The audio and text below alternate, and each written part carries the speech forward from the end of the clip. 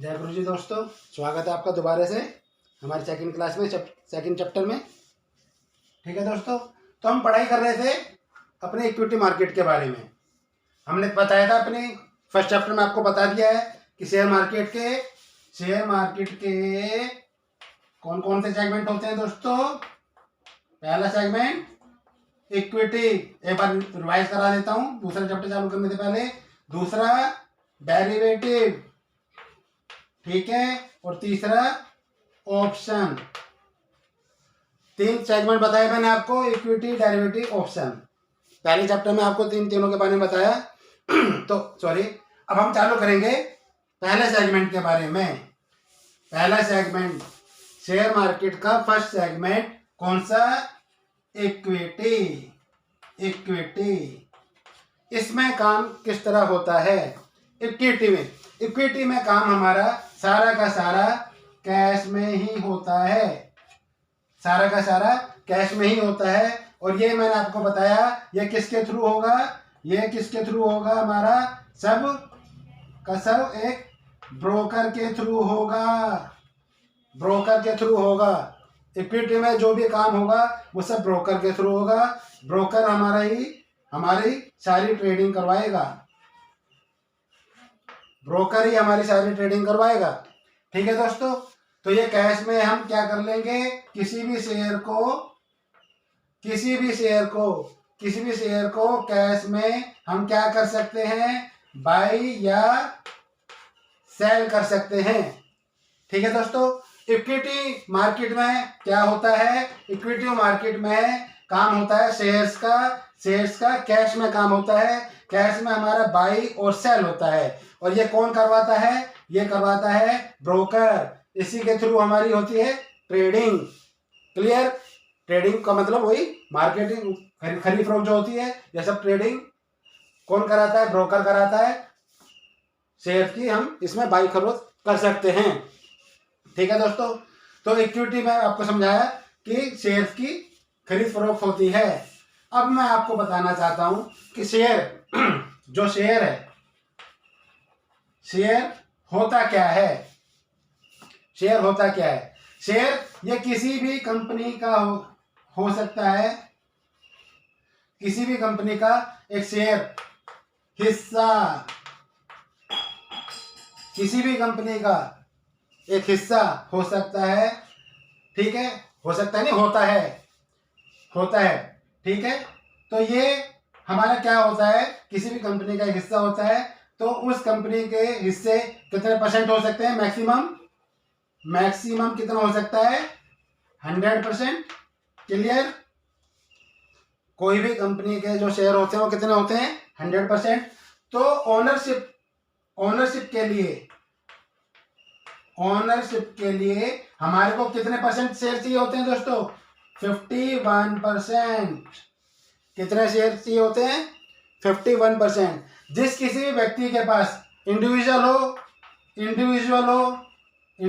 हो या कोई ऑर्गेनाइजेशन, ठीक है, इनके पास अगर 51% शेयर है किसी भी कंपनी के, तो वो उसकी ओनर बन जाती है। क्लियर? तो वो उसकी ओनर बन जाती है। तो अब हमारा समझ में आया कि 51% शेयर क्या होता है। किसी भी कंपनी की ओनरशिप लेने के लिए हमारे को 51% शेयर चाहिए होता है। इस चीज को ध्यान से सुने, क्योंकि मैंने आपको बताया पहले ही कि लगभग 10-15 मिनट की वीडियो बनाई जाएगी एक, और जिसमें जल्द से जल्द कोशिश की जाएगी समझाने की। तो आपको मैंने बताया क्या? इक्विटी क्या? शेयर। ठीक है, 51% ओनरशिप के लिए। किसके लिए? ओनरशिप के लिए। क्लियर? तो कोई भी कंपनी अपने पास ओनरशिप रखकर बाकी शेयर कितने बचे? 49%। कितने बचे? 49% मार्केट में सेल कर सकती है। वो उसकी मर्जी है। मार्केट में क्या कर सकती है? सेल कर सकती है। वो सेल किसके थ्रू करती है? वो अपना IPO लाकर। दोस्तों, ये जो मैं आपको बता रहा हूं, ये सारी बातें एक एक चीज़ की बहुत बड़ी बड़ी किताबें हैं।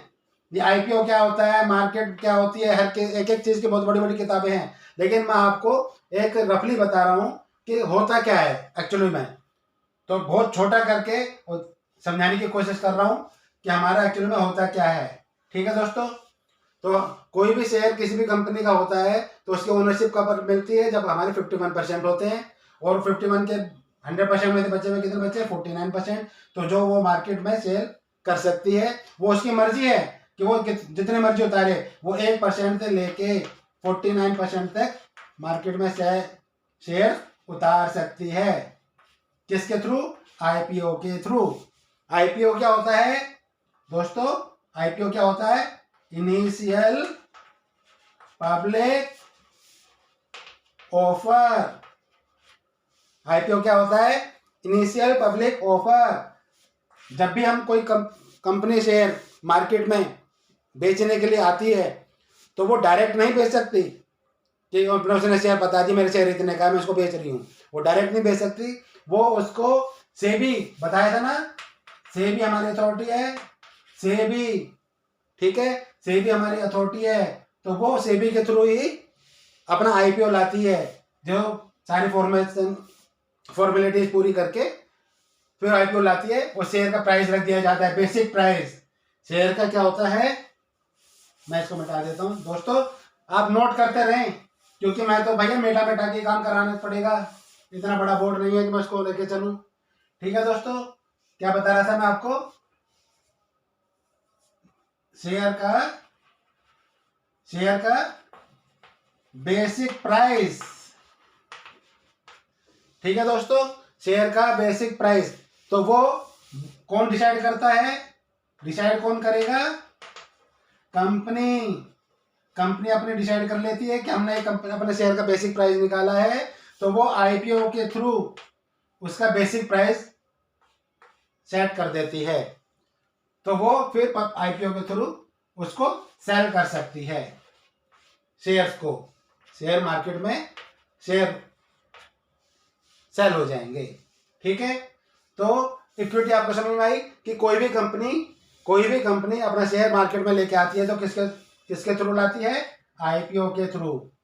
ठीक है, और आईपीओ के थ्रू ही हम लोकल एफआईआई या डीआईआई, कोई भी इंडिविजुअल उसको बाई तो सेल तो होता ही नहीं है शुरुआत में, तो बाई करेगा, सॉरी, बाई कर सकता है। ठीक है दोस्तों, तो इस चीज का ध्यान रखें कि इक्विटी में क्या है, हमारा शेयर की खरीद फरोख्त होती है। इक्विटी में क्या होता है? शेयर की बाई और सेलिंग होती है। तो बाई शेयर आता कहाँ से है? शेयर का जो बेसिक प्राइस है ये कहाँ से आता है? वो कंपनी डिसाइड करती है। सब इनके अपने फॉर्म में से अपनी जो उनकी मैनेजमेंट होती है सारी चीज आती है। तो ये यहाँ से आईपीओ के थ्रू अपने शेयर निकालती है, जिसको सेल करती है। ये भी मैंने आपको बता दिया कितने सेल कर सकती है, मैक्सिमम कितने शेयर कर सकती है, बताइए। एक कंपनी कितने मैक्सिमम शेयर सेल कर सकती है? कितने? 49%। ठीक है दोस्तों, क्योंकि 51% के तो उसको खुद अपने पास रखना है। किस चीज के लिए? ओनरशिप के लिए। ठीक है दोस्तों, किस चीज के लिए? ओनरशिप के लिए अपने पास रखेगी। बाकी के 49% वो मार्केट में आ जाएंगे। बाकी के 49% मार्केट में आ जाएंगे। तो दोस्तों समझ में आया कि कोई भी कंपनी अपने शेयर उतारती है तो 51% अपने पास रखती है, कंडीशन है उसकी। बाकी 49% तक वो मार्केट में अपने शेयर आईपीओ के थ्रू लॉन्च कर सकती है। ठीक है, बेच सकती है। तो अब वो जो बाकी के 49% हैं, कौन से? जो बाकी के 49% शेयर बचे, उसमें हमारी क्या होती है? ट्रेडिंग। इस 49% शेयर्स में हमारी ट्रेडिंग होती है। अब ये ट्रेडिंग करता कौन है दोस्तों? यही चीज सीखने की है, ये ट्रेडिंग करता कौन है ये भी बताते हैं। चलो शुरू से बताते हैं। अब ट्रेडिंग करा कौन? जब हमारा आईपीओ आया तो जिन लोगों ने अलॉट हुए, जिन लोगों को शेयर अलॉट हुए, ठीक है, उनके सबके पास क्या थी पोजीशन? बाई पोजीशन थी। सबके पास बाई पोजीशन थी क्योंकि उन्होंने शेयर अलॉट हो गए उनको, तो उनके पास शेयर पहुंच गए। अब सेलर तो बेचेगा कौन? बेचा तो है ही नहीं किसी ने, क्योंकि कंपनी ने बेच दिए, अलॉट हो गए किसको? बायर को। वो बायर को अलॉट हो गए। अब सेलर तो कोई है ही नहीं इसके अंदर। लेकिन सेलर बनते हैं क्यों? क्योंकि जब आईपीओ के थ्रू जब उसका बेसिक प्राइस रखा जाता है, इसको ध्यान से सुनना दोस्तों, आईपीओ के थ्रू जब उसका बेसिक प्राइस रखा जाता है तो जब वो ओपन मार्केट में आता है, ओपन मार्केट समझ रहे हो? ओपन मार्केट कौन सी? यही ट्रेडिंग मार्केट, जहां ट्रेडिंग होती है, ट्रेडिंग मार्केट, ठीक है, उसको हम ओपन मार्केट बोलते हैं। और ये ट्रेडिंग मार्केट कहाँ होती है दोस्तों? ये हमारे दो मार्केट है हमारे इंडिया की। कौन कौन सी? आप सभी जानते होंगे। हमारा एक बीएससी, दूसरा एनएससी, एक बीएससी दूसरा एनएससी, ठीक है दोस्तों। बीएससी क्या है? ये हमारा बॉम्बे का है, बॉम्बे स्टॉक एक्सचेंज, ठीक है। ये हमारा नेशनल है, नेशनल स्टॉक एक्सचेंज, क्लियर? ये नेशनल स्टॉक एक्सचेंज, ये बॉम्बे स्टॉक एक्सचेंज, इन दोनों एक्सचेंज के थ्रू ही हमारी ट्रेडिंग होती है किसी भी शेयर की, ठीक है दोस्तों। जब वो ट्रेडिंग होती है तो उसमें जिन्होंने शेयर लिए थे, जो अलॉटी थे, जो बायर थे, समझ रहे हो, जो अलॉटी बने थे ना शेयर के, जो आईपीओ के थ्रू अलॉटी बने थे ना, जो बायर थे, अलॉटी लिखता हूँ, बायर नहीं लिखूंगा, अलॉटी लिखता हूँ, ठीक है, जो अलॉटी थे ना, ठीक है, वो उसका प्राइस बढ़ा देते हैं। कैसे बढ़ाते हैं? वो अपनी मर्जी से बढ़ाते हैं, वो उनकी मर्जी होती है, इसमें कोई कंडीशन नहीं होती, ठीक है दोस्तों, वो उनकी मर्जी होती है। सपोज एग्जाम्पल के तौर पर उनको कोई शेयर 100 रुपए का अलॉट हुआ है, 100 रुपए का अलॉट हुआ है, तो वो अगर वो कहता है कि मैं अपना शेयर बेचना चाहता हूं, अब अगर कोई खरीदार है तो मुझसे मेरा शेयर खरीद सकता है, कितना? 110 रुपए में। वो 110 मतलब कि 110 रुपए में शेयर अपना बेचना चाहता है, तो वो मार्केट में इसका ऑर्डर लगा देगा, मार्केट में ऑर्डर लगा देगा कि मैं सेलर हूं, कि मेरे पास इस कंपनी के इतने शेयर हैं, फलाना शेयर है, कितने शेयर हैं, जितने भी उसके पास शेयर हैं, तो वो उसको सेलर बन के ऑर्डर लगा देगा, मैं अपने इतने शेयर बेचना चाहता हूं, मेरे पे 50 शेयर हैं, मैं 50 शेयर बेचना चाहता हूं और 110 के भाव पे बेचना चाहता हूं, क्या अगर कोई लेना चाहता है तो ले सकता है, ठीक है। तो यहाँ पे कोई भी एक नया बायर आएगा और इससे डील कर लेगा। यहाँ पे कोई भी एक नया बायर आएगा, कौन आएगा? न्यू बायर, नया बायर आएगा और वो इससे बाई कर लेगा। अब ये नया बायर कौन है? ये नया बायर भी हो सकता है, या फिर जिन्होंने पहले से अलॉट हो रखे हैं ना, वो और लेना चाहते हैं तो वो भी ले सकते हैं। तो अब शेयर का प्राइस क्या हो गया दोस्तों? 100 रुपए वाला शेयर कितने का हो गया? जब वो 110 का बिक गया, जब वो 110 का बिक गया तो उसका प्राइस क्या हो गया? 110। अब उसकी ट्रेडिंग कहां से चालू होगी? 110 का। अब जिसने लिया था उसने अपने पास रख लिया। अब सारे के सारे कौन बचे? बायर। फिर से दोबारा कौन बचे? बायर। अब इसके अंदर सेलर कोई है ही नहीं, ठीक है दोस्तों। अब इसमें सेलर नहीं है तो फिर वो बायर क्या कहता है कि अब मैं अपना शेयर बेचना चाहता हूं, अब मैं अपना कोई शेयर बेचना चाहता हूं। जो ये बायर बचे हुए हैं वो कहता है मैं अब 120 पर बेचूंगा, कोई है तो ले लीजिए। फिर कोई नया बायर आता है, वो 120 पे ले लेता है। इस तरह शेयर का प्राइस अप होता है, ठीक है दोस्तों। जब हमारे पास कोई सेलर नहीं होता, बताता हूं, जब हमारे पास कोई सेलर नहीं होता तो शेयर का प्राइस बढ़ता है, ठीक है दोस्तों। इस चीज को सीखना बहुत अहम चीज है। जब कोई सेलर नहीं है हमारे पास, जब कोई सेलर ही नहीं है, बायर बैठे हैं, तो उसका मतलब कि शेयर मार्केट में अवेलेबल है ही नहीं, तो जब तो उसका शेयर का प्राइस बढ़ेगा। और उसी तरह जब कोई बायर नहीं होता तो शेयर का प्राइस क्या होता है दोस्तों, डाउन होता है, क्योंकि उसके पास कोई बायर ही नहीं है। तो बायर नहीं है तो डाउन होएगा। डाउन क्यों होएगा, क्योंकि जिनके पास शेयर हैं वो शेयर कहेंगे, मान लो कि एग्जांपल का वो 120 रुपए का जो शेयर आ गया था, वो क्या कहेगा कोई 110 में ले लो, ठीक है, डाउन हो जाएगा। कोई 110 में भी नहीं लेगा, वो कहेगा 100 में ले लो, वो डाउन हो जाएगा। समझ रहे हो ना। उसी तरह तो सेलर और बायर अब यहां से मार्केट में जनरेट हो गए। कैसे जनरेट हुए दोस्तों, समझ रहे हो कैसे जनरेट हुए, शेयर के सेलर और बायर कैसे जनरेट हुए, इस तरह जनरेट हुए। अब यह मार्केट में वो शेयर ट्रेड करने लग जाएगा। उसका शेयर प्राइस 100 भी होगा, 80 भी होगा, 90 भी होगा, 110 भी होगा, वो अप डाउन चलता रहेगा। ठीक है दोस्तों। इससे अब एक चीज और मैं समझा देता हूं।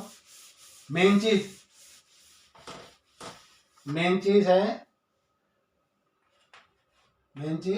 कि इन शेयर ट्रेडिंग से दोस्तों, इस शेयर ट्रेडिंग से कंपनी का कोई लेना देना नहीं होता। ठीक है दोस्तों, ये मैंने लिखी है बात, याद रखना। इन शेयर ट्रेडिंग से कंपनी का कोई लेना देना नहीं होता।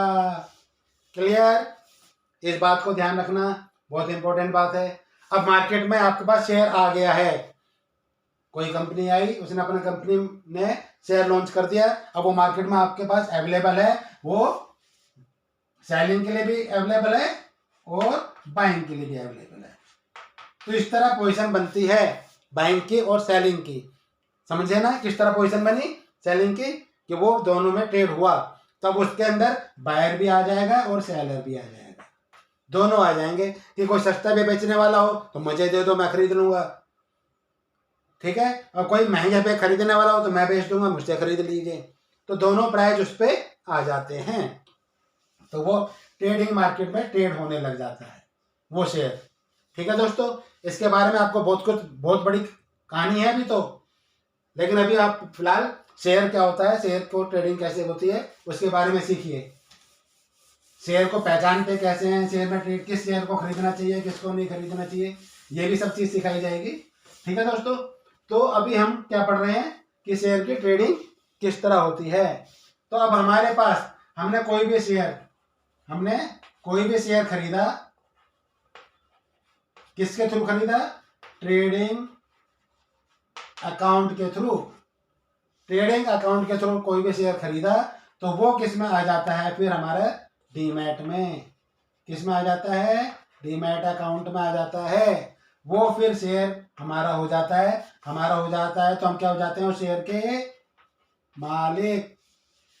ठीक है, उस शेयर के मालिक हम हो गए। हम कंपनी के मालिक नहीं हुए, शेयर के मालिक हुए हैं दोस्तों, इस चीज का ध्यान रखना। हम उस शेयर के मालिक हुए हैं, हम कंपनी में जाके अपना कोई हक जमा नहीं सकते, क्योंकि कंपनी के पास अपना हक तो पहले से ही है, क्योंकि उसने 51% अपने पास रखे हुए हैं। आप उनको कोई ऑर्डर नहीं दे सकते, काम तो वही करेंगे, काम तो कंपनी वाले ही करेंगे, आप तो केवल शेयर के मालिक हो। कंपनी अच्छा प्रॉफिट करेगी तो आपको प्रॉफिट होगा, कंपनी डाउन में जाएगी तो आप भी डाउन में जाओगे। कंपनी का बताया शेयर से कोई लेना देना नहीं होता, इस बात का स्पेशल ध्यान रखो। मैं आपको बार बार बोल रहा हूँ, कंपनी का शेयर से कोई लेना देना नहीं होता। ये ट्रेडर होते हैं, कौन, ये ट्रेडर होते हैं, ट्रेडर जो कि शेयर को अप या डाउन करते हैं। कंपनी से कोई लेना देना नहीं है। शेयर ट्रेडर्स को लगता है कि कंपनी अच्छा काम करेगी फ्यूचर में, तो शेयर के रेट बढ़ा देते हैं। ट्रेडर्स को लगता है कि कंपनी का फ्यूचर अच्छा नहीं है, डाउन जाएगा, तो शेयर के रेट डाउन कर देते हैं। ठीक है दोस्तों, तो इक्विटी के बारे में मैंने आपको ये चीज़ समझाई कि शेयर किस तरह जनरेट होता है, किस तरह आता है, किस तरह मार्केट में आता है, किस तरह ट्रेडिंग करके डीमैट में जाता है। उसमें बायर कैसे बनता है, सेलर कैसे बनता है, आपकी ओनरशिप क्या है, आप शेयर के मालिक कितने बनते हो, कंपनी का क्या निर्णय देना है। ठीक है दोस्तों, हर चीज़ मैंने आपको इसके बारे में बताई है। तो अब ये दूसरा चैप्टर इतना ही, इसको करते हैं। हर चैप्टर को ध्यान से सुनना दोस्तों, बहुत काम की चीज़ें बताऊंगा। 10 चैप्टर करूंगा, 10 चैप्टर में आपको पूरा शेयर बाजार कर दूंगा, पूरा शेयर बाजार की जानकारी 10 चैप्टर में दे दूंगा।